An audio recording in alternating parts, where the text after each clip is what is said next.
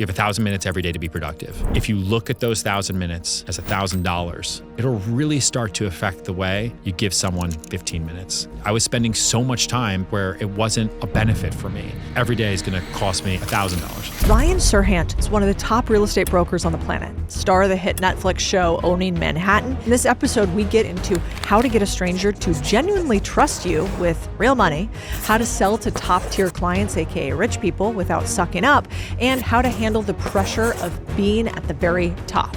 If you want to become a certified expert in negotiation, sales, and confidence, you want to listen to this episode.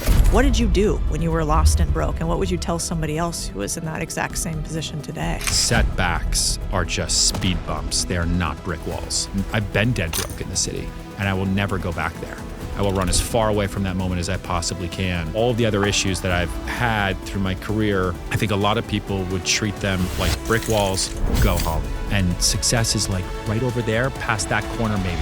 What wealthy people are paying for is not information or access, it's confidence. And confidence is currency. How does somebody build their confidence? So, two things.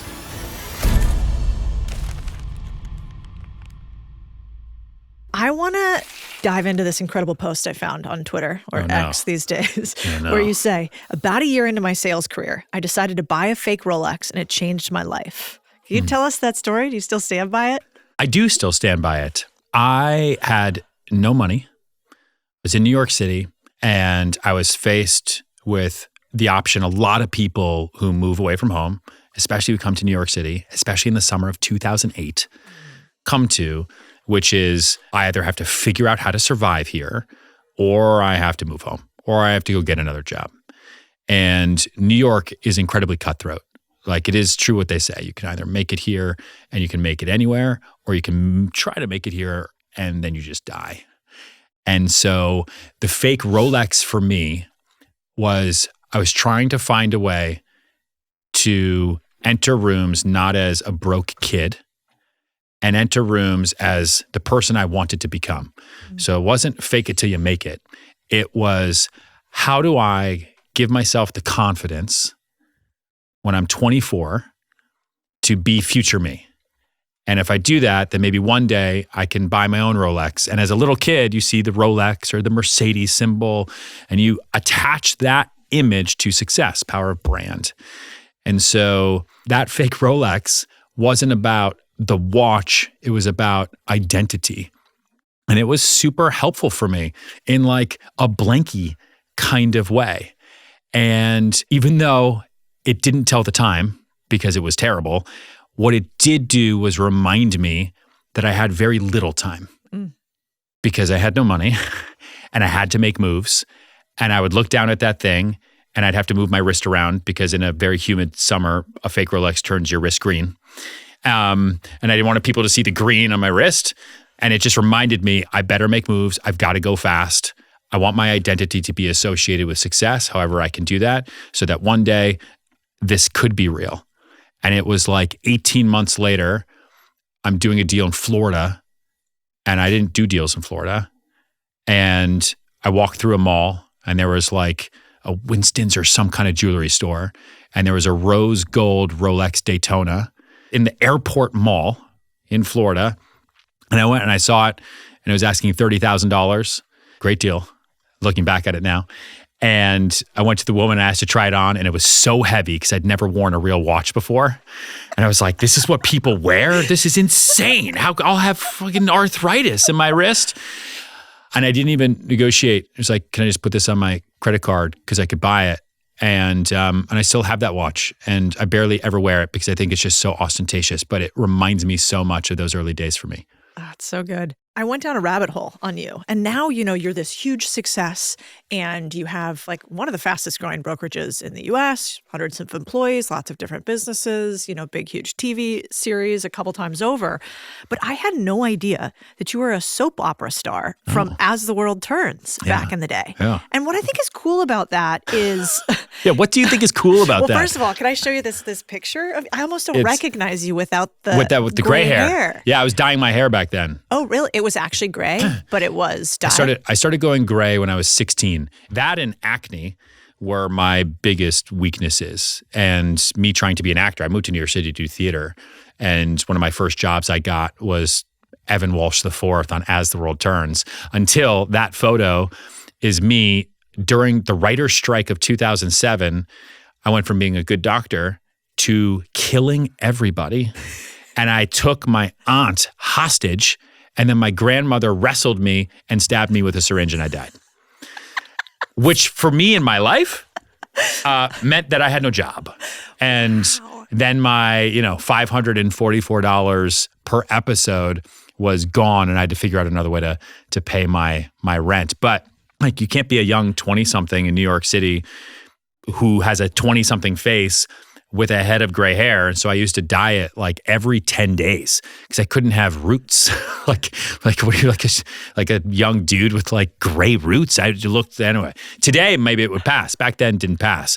And because I'm so white and so pale, I remember like I just had this like really dark dyed hair, very white everything else, and I kind of looked like a vampire.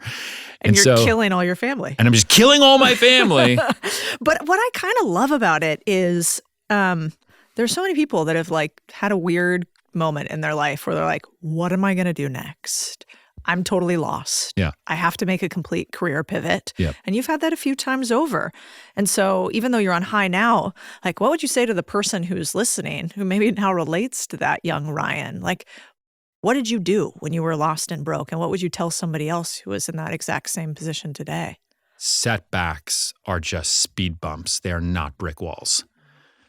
And you have to determine, one, what is your core identity? What do you actually want in life? At that time, when I was doing the soap opera and doing off Broadway shows, I saw people who what they wanted most in life was just to perform. And it didn't matter if they made money. It didn't matter if they were comfortable. What made them happy was just to perform. And I really had to dig deep inside myself and say, am I okay being dead broke when I'm 70 years old and nervous about rent payments as long as I'm performing? And the answer was just no. I want to be as successful as I possibly can be. I never want to question any price ever. And I've been dead broke in the city, and I will never go back there. I will run as far away from that moment as I possibly can.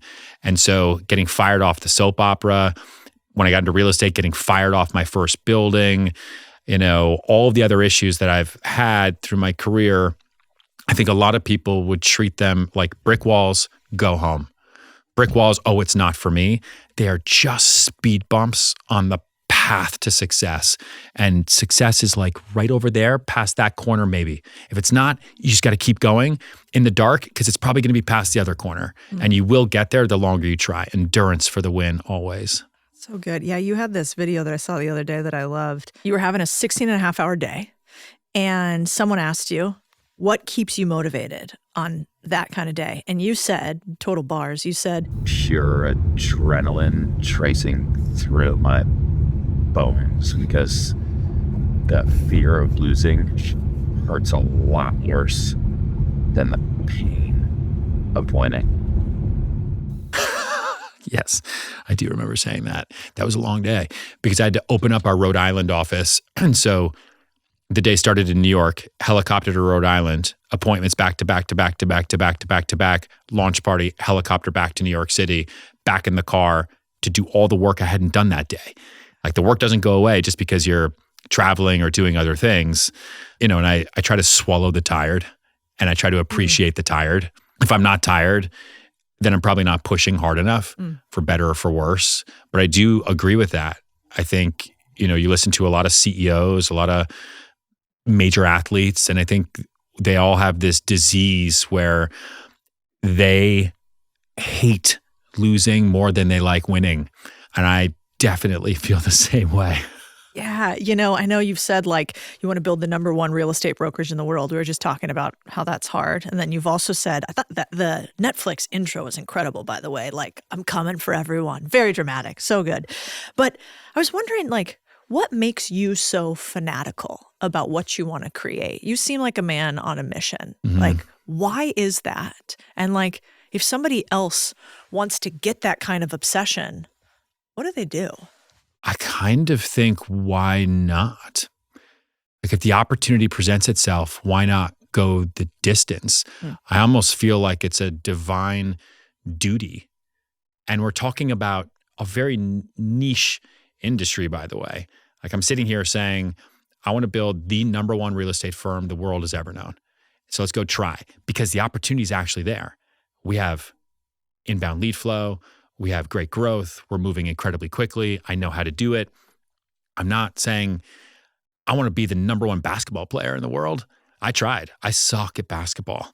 My dad made me play every single sport known to man my entire childhood. I had to play one season to see if I liked it. I was never allowed to quit, and it was the worst.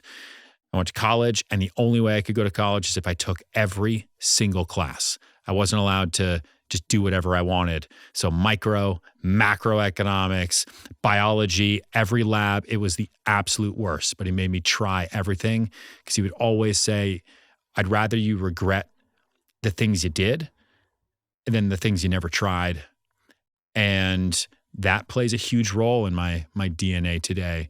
So, like, why not go for it? If I don't make it, at least I tried. Well, it's interesting because sometimes I wonder, I was listening to like Brad Jacobs the other day, who wrote How to Make $1 billion. A few billion. A few billion bucks. Which is such an important 3 words, Like, I love the a few billion is something I aspire to say one day. Yeah, we work with him. Oh, you do? Interesting. Yeah. Well, you've already closed $10 billion in transactions in real estate, right? Or more than that now? 20. 20. Yeah, it's an old stat. Daniel will get on that. So you've closed 20 billion. I was curious, like, on those days where you're struggling, you don't want to keep going, you're tired, is there an amount of money that somebody could pay you to make you stop? No, I'm not motivated by money. Like, I've made a lot of money. I would not be here, like, if it was about money for me. Like, money is a tool and a resource to create lasting impact. And so I am far more motivated by the lives of the people that we change on the sales, the buy and the sell side, that we get to work with. I am motivated by the people we've motivated through the TV shows. Like, I know it's insane, but the amount of kids that come to us that are standing outside Serhant House in Soho right now, like literally right now in the rain, who are waiting for me or someone else to come in just to let them see it, because they are so inspired by what we do that they want to get into real estate. For better or for worse, I tell them all to go cure cancer. They don't listen to me. Is far more motivating than anything else. I'm motivated by goals, right? So even on the days that I'm tired, I know that I have goals to hit and achieve, and I've got to go out there and get them. And I think discipline is defined by doing the things you don't want to do, which oftentimes is like, I don't know, I woke up at 4:30 this morning. I did not want to. I didn't go to the gym at 5:30 this morning to do deadlifts because, oh my God, I fucking love it. I disliked all of it, but it's the job, Yeah. I think the fascinating part about watching people on the internet build in public, which has never been a thing we really got to see before, like we didn't see Brad Jacobs on his come up, we didn't get to see, I always really liked, hearing about Charlie Munger and then hearing about Sam Zell, right? And I just never saw them as young guys. So it's really interesting to watch you. And I think, that's probably why millions of people follow you online. It's also why, I think what we're doing is a unique social and media experiment. Yep. Like, I built the number one real estate sales team in the United States on the back of a Bravo TV show. I started selling real estate through YouTube in 2015 when it was stupid. By 2019, it was the number one real estate broker in the United States, right? We're doing just over $1 billion a year without a whole lot of tools and resources. So I blew up my life, started my own company, and now we're building the company on the back of Netflix. And if I can do it, I get excited about what phase 3 then looks like, but people do get to really watch the journey. Like, I've been on a reality TV show doing exactly what I do today, just at a little bit of a higher level every year since 2012. So you can go back and you can watch $1 Million Listing New York, season 1, March of 2012. And I am just a boy, like going on dates. It's a lot. To today, if you really just want to see, like, how does a kid who has no idea what he's doing just do it anyway? It's one of my favorite parts because I remember when I first started getting on the internet, let's call it like 3 or 4 years ago, people were like, you're out of your fucking mind. Like, if you really own all these businesses, if you're in private equity, if you actually went to Georgetown and Goldman, why would you get online and do TikToks? What kind of idiot retail investor are you? Yeah.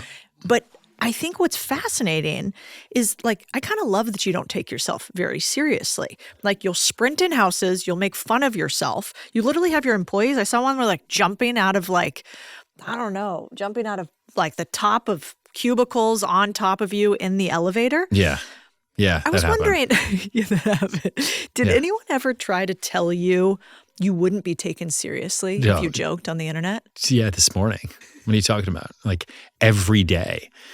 There are 3 buckets of my audience. One bucket are super fans. They're inspired. They're aspired. They love what we do. The other bucket doesn't care, doesn't know, doesn't affect them. Bucket 3 hates me. And it's jealousy, right? It's a little bit of the peanut butter and jelly. And it's because we've been able to create a large business on the back of what they talked poorly about. And it's hard to take words back when they're written in permanent ink on the internet. And I think it's okay. I think that when people talk about me, they do it because when they talk about themselves, no one listens. It's tough. And, I think everybody feels that way about haters. Like, they feel like, hey, I'm not going to care. It's not going to get to me. And then you have it happen to you. And it's quite hard, I think, actually, at least for me. If I've definitely had the moments on the internet where it feels like I know nobody actually cares about me, but I've had a moment where I'm like, everybody's hating on me on the internet. So for people out there listening, like, how do you stop caring what the haters think? Like, do you have a practice you do? Were you just born gray hair, don't care? Gray hair, don't care. New tagline? New tagline. Yeah. The Real House Husbands of New York. Gray hair, don't care. What other people think affects no part of my working minutes. So it doesn't really do anything to me. Like, for someone on the internet to say something bad about you, I actually feel bad for them because I just know how awesome I am. Like, I'm just like, man, this person needs a friend. I've never spoken poorly about most people, definitely not on the internet, because I have a job. And like, I just don't act that way. So I think the moment people stop talking poorly about you is the moment I'm probably going to have a problem, because it just means I'm not doing anything. I'm not doing things right. At the end of the day, I mean, we run 4 businesses, but I'm mostly known for selling unaffordable real estate to the 1% of the 1%. It's easy to hate on that. I totally get it. I totally understand where that negative sentiment's going to come from. But I also appreciate the fact that I also came from a point where I had no money. And instead of looking up and getting angry, I looked up and said, that could be me too. Let me just do it my way. That's so good. Yeah, you have something called the Orchid test, which made me laugh out loud and want to do it immediately. Can you tell us about that? The Orchid trick, yeah. That's what it was. Yes, it's how to handle rejection, because I get rejected all day long. My number one job is to fail. The more I'm pitching, the more I lose. So I want to take as many swings at bat as possible, pitching agents, employees, deals, TV shows. Like, Owning Manhattan on Netflix was not the first show that I pitched outside of $1 Million Listing New York. I think it was like the 70th. So that's 69 no's to get to that one win, and it was just on that other side. And so when people reject me, my go-to, because I just know how great I am, and I feel so instinctually bad for the person who's rejected me, because I know what they're about to go through with someone else, that I send them an orchid the same way you would to send to somebody who has lost a loved one. And I write a little note that just says, thank you so much for the opportunity, and I'm sorry for your loss. How many of those have you sent out, do you think? Oh, 2,000. What? That's insane. Do you own the flower company too? No. No, I just No really vested like investing in florist shops. You can ask my assistants. Like I send two things. I send a book in a box and I send orchids. So when things go well, I have like a company book. We update it every year. It's an actual book. I think physical things are okay. It's in a little box. It's our company cobalt blue. And we write in a silver pen that says, thank you so much for the opportunity. See you on Tuesday. Or little things like, it was so great talking to you 17 minutes ago. Really looking forward to meeting you in 6 months. Little notes like that just pique the ears just a little bit, and I'll send that book. When I don't get the deal, we have put florist kids through college for sure. You know what nobody tells new owners? Your first win feels amazing until you realize one accident, one dispute, one oops moment can wipe the whole thing out. Smart owners don't wait for the disaster story. They protect what they're building. That's why I like Next Insurance. It's stupid simple. You hop online, answer a few questions, and boom, instant coverage built specifically for your business. No paperwork, no phone calls, no please hold. And here's the kicker. You get an instant certificate of insurance, so you never lose a job waiting on admin. Policies start at $29 a month, and they cover 1,300 business types, contractors, creators, consultants, cleaning crews, all of it. Owners take risks, but smart owners protect themselves while they take them. So check out Next Insurance and get covered in minutes at nextinsurance.com/Cody. I want to talk about that because you close deals all the time. You're closing, I mean, we see them on the internet. You're running through these huge pads, but you're probably closing somewhere in your business, I would assume, millions, if not tens of millions of dollars every single day. Yes. How do you get a stranger to trust you? Like, give us the Ryan Serhant secrets to sales. The number one thing to get a stranger to trust you is first use the 2 C's. So no one trusts anybody. You immediately give the person a compliment, and it has to be authentic, right? And then you find something in common, and it can be physical, right? Like you complimented me on all black because you're in all black, and now we're talking. I appreciate you taking notice of my outfit, right? I could compliment you on earrings, makeup, color of eyeshadow, right? It pops. Yeah. Eyes look great. Outfit, pinstripe, super cool. And we're both doing this podcast, and now we're talking about business. My sister has a ranch in Austin. Now we can talk about Austin. We can go down to Texas. I'm from Houston, and now we're talking. Okay. And then the flip side to that is to always say no to something. People don't trust yes men or yes women. They do trust when you pull things away or you say no. Like I flew with a billionaire to Palm Beach when COVID started. Before I knew that there was going to be a COVID housing market, I just thought it was all over, right? And then people in New York started saying, well, I have to live somewhere. A lot of wealth had been created. And I flew with this person. He didn't trust me. It's worth a couple $1 billion. Says his budget is 20 to 30 million. And I hadn't really done real estate in Palm Beach yet at that time. And so the first house I could get him into was asking $140 million. And he asked me why I brought him there. I got really nervous, pit in my stomach. I'm sorry, I shouldn't do this. And he said, it's amazing, I want it. But he doesn't trust me, barely knows me.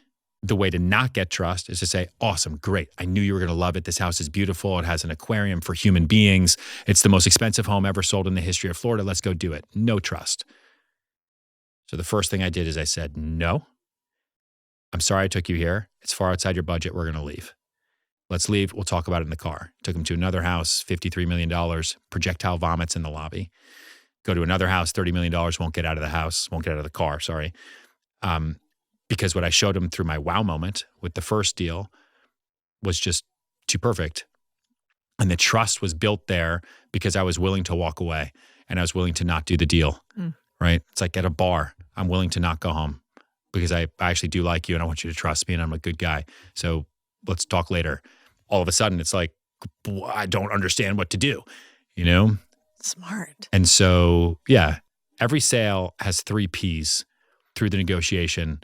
You push, you pull, or you persist. Sometimes it's an amalgamation of the 3. Sometimes, like in that instance, it was just pull. You have an incredibly wealthy person in front of you. They don't need to be pushed. You don't really need to persist. They're right there. Wealthy people, their number one asset is their time. So they're going to be moving way faster than you are most of the times. The number one thing to do is just to pull. Let's not do it. I don't want to do the deal. It makes me uncomfortable. I don't want you to hate me. Let's not do it. Let me show you something else. And then you make it their idea to move forward. So clever. Yeah, it's funny. We own all of these service-based businesses, right? Mhm. Like window cleaning. Actually, I should be pitching you on why we should be your services for a bunch of Window real estate. cleaning? Yeah. Nice. Yeah, we own it's called Pinks. It's actually very cool. It's like 170 locations across the U.S. The whole home service franchise is about 800. Wow. And so window cleaning, painting companies, Yeah. garage installation, et cetera.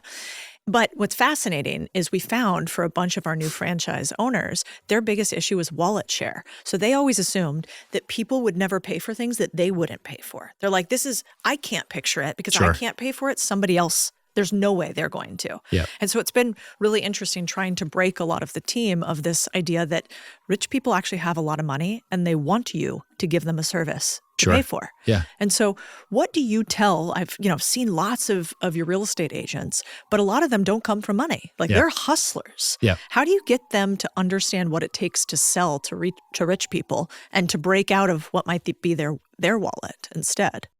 What wealthy people are paying for is not information or access. It's confidence. And confidence is currency.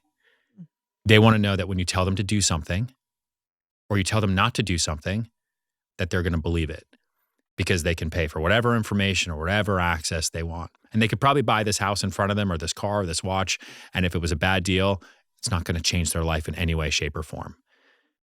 But when you have confidence in what you know and how you position this in their life, right? That confidence is the energy currency that will help that person make decisions with you. And then they will be loyal to you for the rest of your career. It's true. Right? Billionaire class is that bullseye, but they are protected by 6 rings of sphere of influence, right? From advisors to family to friends to assistants to bankers to the outermost ring of vendors. So who is somebody that has already broken through and gotten their trust to get their share of wallet? That's interior designers, contractors, attorneys. We were just talking about divorce attorneys, right? Estate attorneys and so on. Those people have a shared commercially aligned interest with what we do. And so the way to get to the bullseye isn't to go to the bullseye and sit there and say, hey, come work with me. It's to get to the people where you have a commercially aligned interest, and then you can have share of trust while getting to share of wallet. And we teach salespeople to do that. It is not easy, but once you learn how to create those conversations and build those relationships, you can build an uncapped life. It's incredible. It's why I really like that you have the education company, because I know everybody thinks that education has a sheen on it. Yeah. You know, they think if you could do, you do, and if you can't do, you teach. But I think it's a real gift to give people like the secrets that you learn over 10, 15 years of being in real estate. And so I guess in that instance, with these real estate agents that come in for you, I'm sure you have interviewed thousands and you've probably seen thousands across the years. What do like the top 1% do, and that maybe even the 99% would think is unreasonable? The top 1% of salespeople just don't quit. It's the only way to be in the top 1%. Hard work trumps luck when luck doesn't work hard. And so they just show up day in and day out. They understand their job is to lose. And slowly but surely, the wins start to outpace the losses. And then you compound and you compound. They're also relentless with follow-up, right? And they have pretty great memories or systems and processes in place to make sure that they follow up and follow through and follow back with everything they say they're going to do with every person that they meet. And they also understand too, like in negotiations, like they to do like what I just talked about in Palm Beach. Like the number one negotiation tactic is silence. Silence is violence. There's nothing that drives a wealthy person crazier than not responding. And I see it with me. There is nothing that drives me crazier than when Danny doesn't respond to my text messages. Like I just lose my mind with everybody that works for me that doesn't respond in time. And I know my clients are the same way, because when they want something, they want it. How dare you not respond? So you have to respond in real time, or don't. Go get another job. Yeah, it's a good point. I mean, I think the richer you are, the faster you move on average. And the one thing I've always found with knowing as many billionaires as we've gotten to know over the years is like They're just faster than anybody imagines. I think a lot of times people think they're always smarter. I'm not sure that's always the case. Yeah. But like they don't waste time at all. And you've actually talked about this. You've talked about how like you can't get some of your billionaire clients on the phone. They're like, the thing is, I don't get on the phone. Yeah. And so do you have any weird quirks like that? Like, will you not do voice notes? I like Mark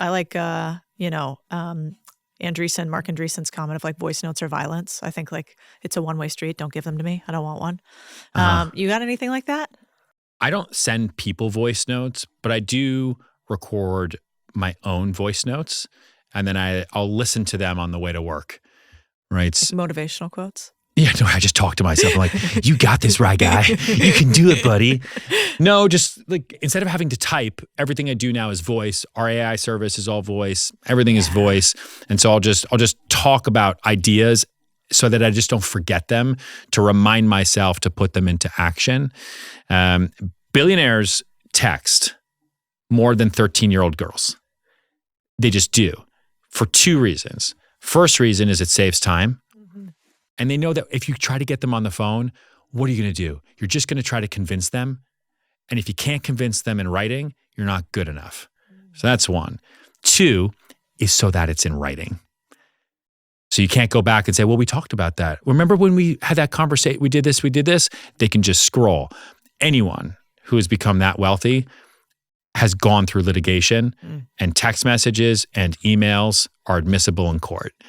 And so you just always have to be careful that if you say it, right, you can forget it. If you write it, you can regret it. And incredibly wealthy people get that.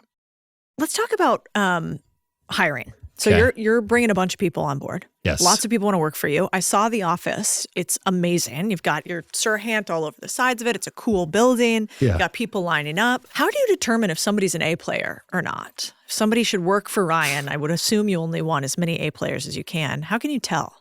We haze them physically. Yeah. Figured. If you can't take a punch, you can't work here. You can't do that in New York. Texas, we're fine. New Yeah, York, exactly. You guys are soft. Yeah, exactly. Listen, I hire first and foremost for intelligence. If I have someone who's incredibly smart in front of me, even if they don't have the resume, if they don't have the backing, if they don't have the experience, they're just going to figure it out. And a lot of what running a startup is about is not doing things the way we used to do them, but improving on the way we're about to start doing them. And so I used to hire people for experience, and I just hated it because every meeting I would go to would be talking about what they used to do, right? It's like someone who's, I don't know, been divorced 3 times. Every conversation is about an ex-wife. It's like, guy, move on. Like, talk about the future. And so what I like to do, especially with our executive hires, is I hire for a function, and I hire for raw intelligence, and I hire out of industry. If they have rideshare app operational experience, high growth tech business, they won't have any idea how to operate my business, a cloud brokerage, opening a state every month, but they'll get it. They'll figure it out. I also test for energy, empathy, and enthusiasm. Like those are my 3 E's. And then our 3 key metrics are speed, quality, and experience. If you're not moving a little bit faster, at a little bit of better quality, and leaving an amazingly memorable experience, then we are screwed. That's a good point. Everybody has stories about their realtor. And if it's a good one, you get, I'm sure, 5 or 10 more clients. Yeah. And if it's a bad one, you probably get turned down 10 or 20 clients. That's also, I mean, I was mostly talking about staff because I spent a lot of time thinking about Your actual leadership about team. payroll Yeah. and the leadership team. Like our leadership team now is 17 people. Yeah. And I sit there, and that's an expensive group of people. Every single minute costs money. And I have this 1,000-minute rule that's really important to me. And I really look at time as dollars. It's the only way that I can be efficient with my time and also not waste time. Right? What's your 1,000-minute rule? You have 1,000 minutes every day to be productive. Some people have 800 minutes. Some people have 7 jobs. Some people have 10 kids. It's all different. But on average, right, you have 1,000 minutes every day to be productive. If you look at those 1,000 minutes as $1,000 in your bank of time you get every day, it'll really start to affect the way you give someone 15 minutes, or affect the way you start valuing your commute, for example. And I was spending so much time because I'm in sales. I have no salary. I have no benefits. You eat what you kill. There is absolutely no parade when you make $25 million a year. And there is no pat on the back when you are in bankruptcy. No one cares. You're in it to win it. Okay. And so I was spending so much time meeting with people where it wasn't a benefit for me. Commuting where it just was a complete waste of time. And I was like, how do I re-trigger my brain to think about time like money? Every day is going to cost me, at that time when I started this, was $1,000. 1,000 minutes, $1,000. If it's an hour meeting, that's 60 minutes. It also helped me deal with problems and not have bad days, right? So like you'll have a really bad call and then you have a terrible day. But if the call was only 5 minutes, would I throw away $995 because of $5? Probably not. And it's not a great analogy because you could have a bad call that could ruin your life. I mean, there's tragedies, et cetera. But like, it was a real way for me to think about life in a relative way that has been a major unlock for how we operate. And so I really try to put our executive team on the 1,000-minute rule as we go. Harvard Business Review wrote a case study on it, thinking that it was the most interesting thing about me when I thought there were so many more interesting things about me. And they're like, no, you're so weird with time management and how you do so many different things. We're going to write about that. Interesting. Yeah. When you were on, I think it was $1 Million Listing was the first show, right? Yeah. You were known as like this amazing sales guy, one of the top real estate brokers, but you also had a little bit of a reputation for being tough, Was that, given you were an actor before, is that like part of your personality? Is this like a persona that you put on? Or are you kind of like a tough guy while also being this funny guy and highly competent?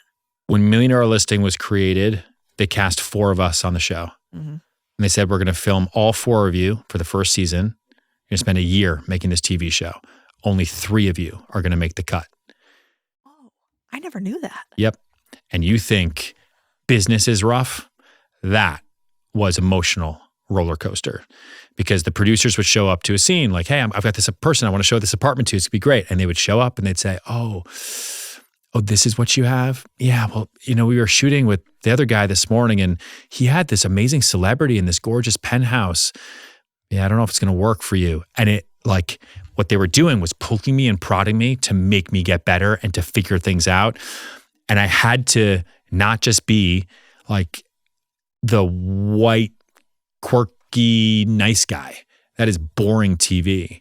So if I could be the most vulnerable and have a little bit of an edge, I would not get cut because I don't want to spend a year. You know how many thousands of minutes that would be? That's a lot of thousands. I would stress out.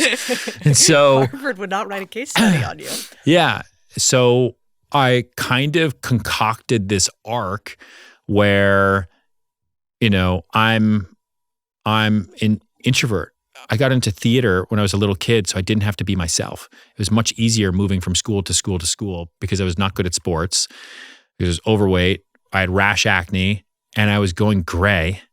And I moved 8 times before 4th grade to pretend to be a tree in theater after school than it was to try to go play football. And the TV show gave me an option to put on a different type of costume, right? And a friend of mine who told me to get into real estate was like, it's theater. It's the same thing. You put on a performance. You put on your suit. You memorize information. You understand the scene. And you say yes and, right? There's some memorization, but it's yes and. How can I help you? You want an apartment? Yes. And what about this? And okay, what about this? And then you help them make a decision that they were going to make anyway because they're going to move, except they're going to do it with you. And it was a game. And that's how we built. So smart. It's interesting because now that I'm on the internet as much as I am, I see the showmanship everywhere, and you see it in business. I mean, like famously, I was reading about Todd Graves from Raising Cane's. This other person who's become a friend, David Senra, has this podcast called Founders. He talks about this game of showmanship as a leader and a CEO. So do you feel like you carry that into the CEO position, or do you almost have to leave behind this character development? Like, is there a little villain in the CEO, just like there was in the $1 Million Listing? I think I'm way tougher as a CEO than I am as a TV agent. Yeah. You have to be, because the liability is so hard. And a lot of people, need to be led. People want to be led. I am a terrible manager. I hate it. It's not what I do. I have people who manage. I'm a much better leader than I am a manager. How do you see the difference between the two? What's the difference between a leader and a manager? I think that a manager does things right and a leader, right, does the right things. I think that's a Drucker quote more than anything. I think the leader picks vision and stands at the front of the line. The manager makes sure that the line follows the vision. If you think about like Marcus Aurelius and that front line, and one of the ways I differentiate myself, at least in the real estate space, is that a lot of CEOs are in the back. They're in like a high perch, paying for things, and then let's see what happens. Maybe like an idiot, I've got like my broadsword out, no helmet, because this could be my last battle, and I'm in the front lines on a horse, marching around, and I'm like, you guys better follow me because I'm going. And then they're like, I guess we're going too. And that's how we built the company. I feel like I've seen that video. Yeah, probably. We should make that video. Yeah. You really should. Yeah. You obviously have a ton of confidence, or at least projected confidence. How do you think somebody builds that? You've talked about how important it is to have confidence to sell things to rich people. How does somebody build their confidence? One of the ways I did it was with that fake Rolex early on. I think people have a lack of confidence because they have a lack of identity. One of the things that we'll do through Sell It. So sellit.com is our education business. We train salespeople in 133 countries. We've changed so many lives. And so it's insane to watch. As you sit, we say, define yourself without using your name or talking about what you look like. And it is so hard for people to do that. They're like, oh, I'm from X. It's where everyone goes. I was born in, I'm like, okay, so just so you know, you just told me everything about you has to do with where you're from or where you're born? Really? Are you sure? Your whole life? They're like, oh, no, that's it. I have a job. And they don't know how to talk about themselves. So we spend a lot of time helping people talk about their core identity. Who are you as a person? What makes you tick? If you understand who you are today, pros, cons, strengths, and weaknesses, you can then write your future memoir and go 24 months out. 24 months from today, where are you? What do you look like, right? Where are you living? What are your best character traits? What are you watching? How much do you weigh? What are you driving? Get as detailed as you possibly can. And then that is your roadmap. And if you know that's your roadmap, you spike your own confidence because you are able to execute for a year, right? And then realize that vision for the next year. And if you do it the right way, you are that person before the 24 months are up. I want to talk about how you're stacking all these businesses now. Okay. So you start as like a real estate broker. Yeah. And you work for somebody else. Yeah. Then you build your brokerage. Now you have your education platform as far as I can see it. You also have your SaaS company and you have this brokerage. Yeah.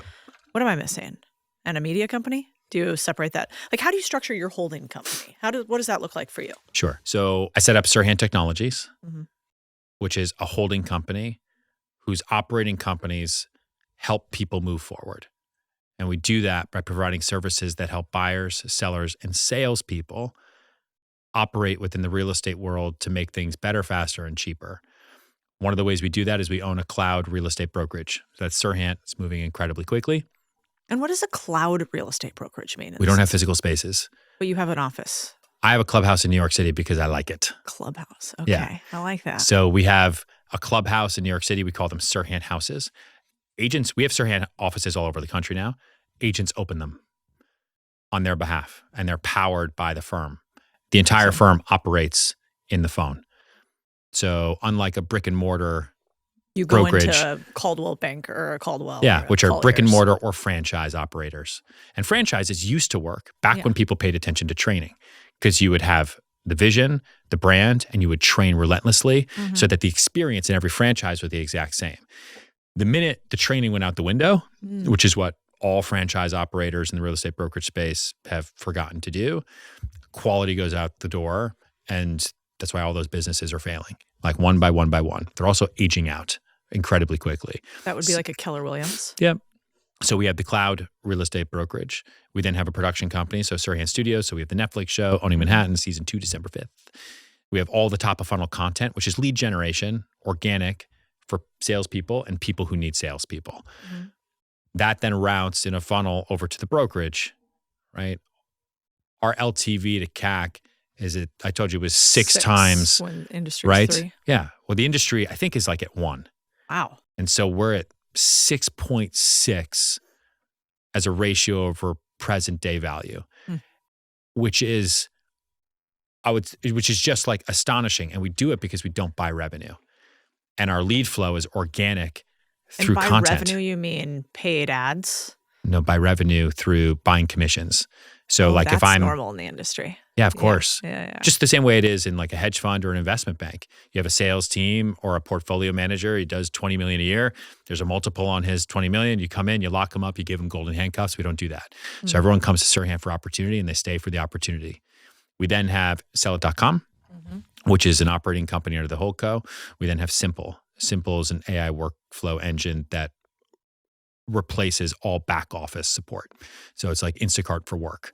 And then we just spin that flywheel all day long. Fascinating. And going forward, which one do you think is the biggest? Or do you think that they're all so interconnected that there will be no spin-outs?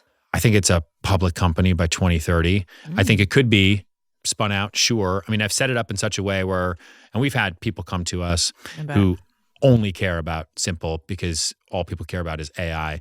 We also have people who really just care about studios and organic lead gen content and the IP that studios has from us doing this for so long. And there's people who only understand brokerage, but we've kind of built real estate brokerage 3.0.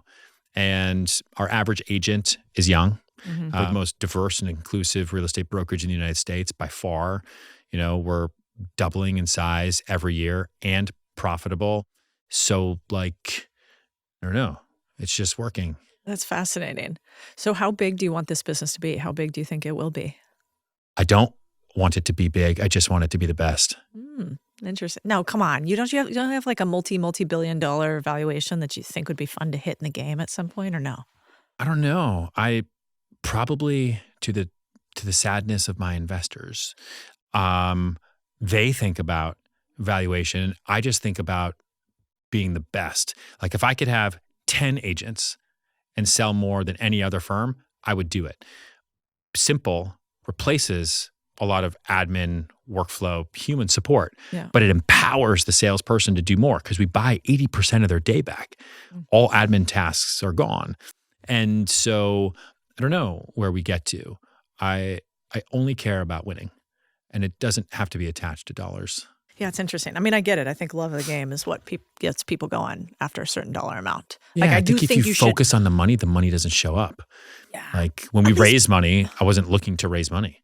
You know, if I were looking and actively trying to go raise money, I think it would probably be hard. Don't you think like in the beginning you have to be obsessed on money? Like your first 500K, your first $1 million a year, like you kind of need to be obsessed with it. And then at some point, maybe not? Or is that not true? I don't know about every other industry. It's possible in other industries. It's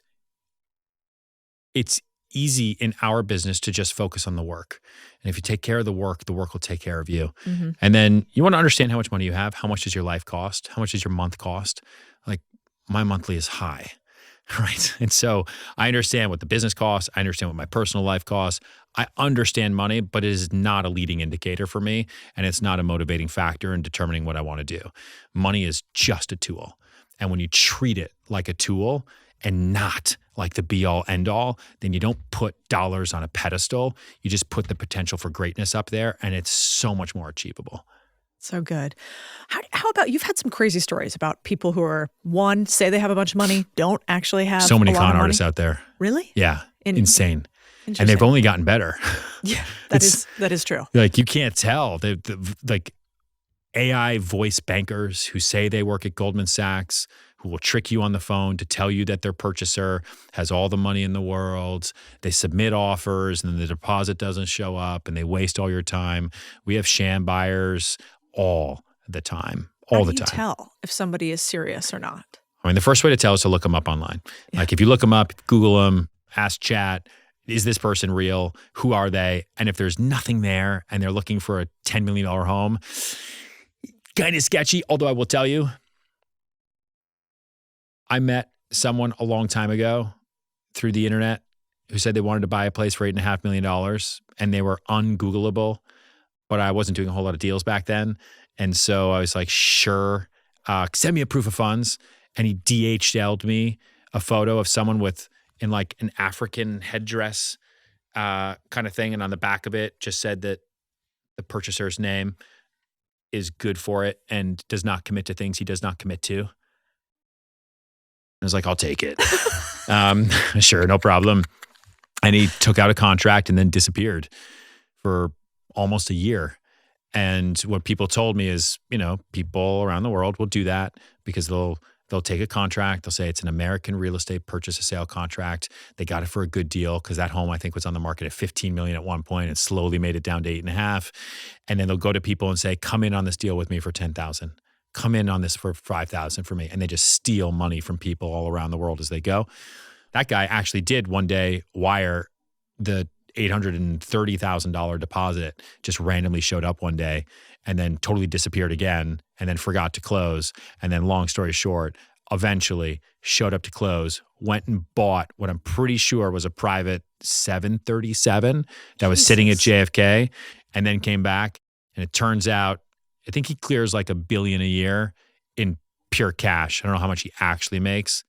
And he controls a delta in a very, very, very important passageway for shipping containers in a very, very important and potentially scary place.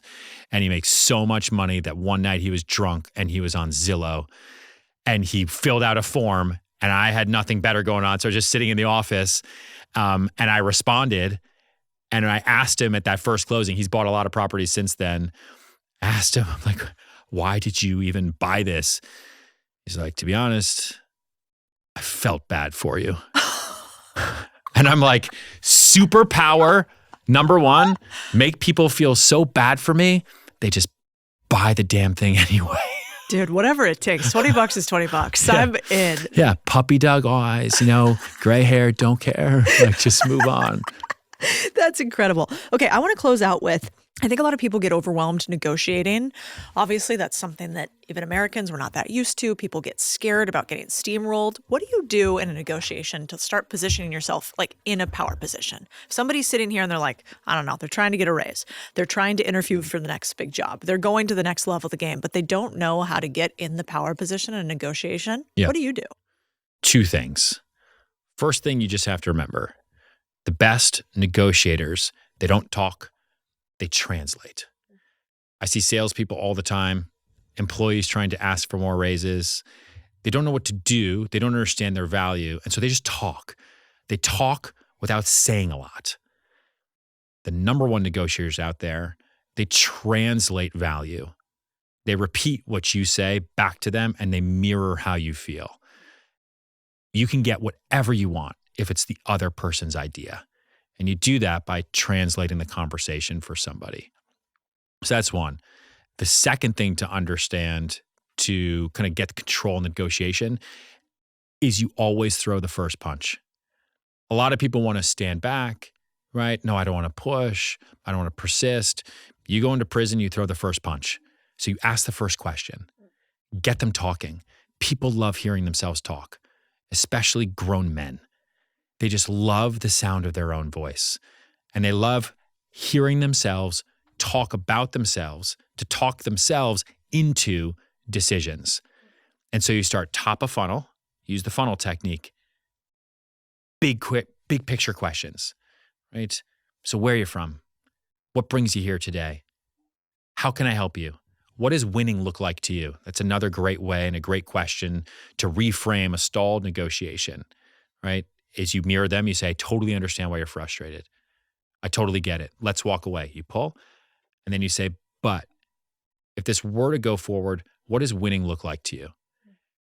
And then you put them in a position where they get to say either, well, it doesn't look like anything, which is a weird way to answer a question, Or what they usually say is they tell you their number one fear and they give you the in to go and fix the fear. And that's how you do it. It's so good. So new episodes coming out December 5th. Yeah, season 2, Owning Manhattan, the greatest TV show in the history of the world. Honestly, the trailer looks great. I'm not a big reality show girly, which is not good to say to you, I guess. But it looks fascinating. And I'm excited to see you build live.